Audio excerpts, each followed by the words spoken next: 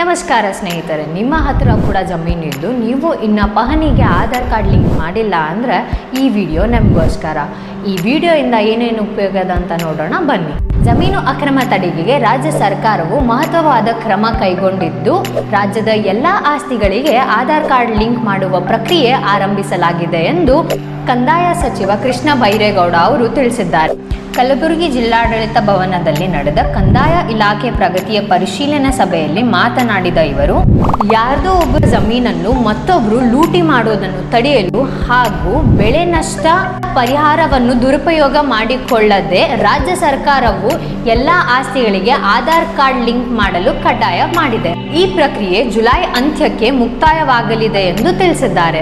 ರಾಜ್ಯಾದ್ಯಂತ 4 ಕೋಟಿ RTC ಮಾಲೀಕರಿದ್ದು, ಅದರಲ್ಲಿ 1.75 ಕೋಟಿ ಜನ ಮಾತ್ರ ಆಧಾರ್ ಕಾರ್ಡ್ ಲಿಂಕ್ ಮಾಡಲಾಗಿದೆ ಹಾಗೂ 1.20 ಕೋಟಿ RTCಗಳನ್ನು OTP ಮೂಲಕ KYCಗೆ ಲಿಂಕ್ ಮಾಡಲಾಗಿದೆ. ಇನ್ನು ಕಲಬುರಗಿ ವಿಭಾಗದಲ್ಲಿ 45 ಲಕ್ಷ RTC ಮಾಲೀಕರಿದ್ದು, ಅದರಲ್ಲಿ 18 ಲಕ್ಷ RTCಗಳನ್ನು ಲಿಂಕ್ ಮಾಡಲಾಗಿದೆ.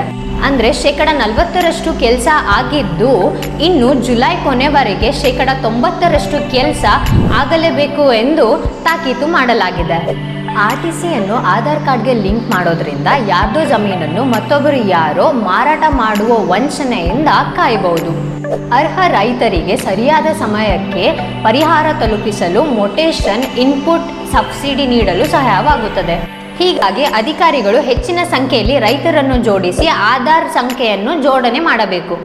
ಇದರಿಂದ ಅಧಿಕಾರಿಗಳ ಕೆಲಸದ ಒತ್ತಡ ಕೂಡ ಕಡಿಮೆ ಮಾಡಬಹುದು ಎಂದು ಕೃಷ್ಣ ಬೈರೇಗೌಡ ಅವರು ಹೇಳಿದ್ದಾರೆ.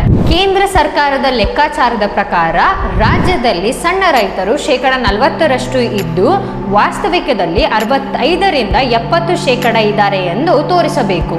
ಈ ನಿಖರ ಸಂಖ್ಯೆ ನೀಡುವ ಮೂಲಕ ಕೇಂದ್ರದಿಂದ ಹೆಚ್ಚಿನ ಬರ ಪರಿಹಾರ ಹಣವನ್ನು ಪಡೆಯಬಹುದು ಎಂದು ಸಚಿವ ಕೃಷ್ಣ ಬೈರೇಗೌಡ ಅವರು ಹೇಳಿದ್ದಾರೆ. ಧನ್ಯವಾದಗಳು.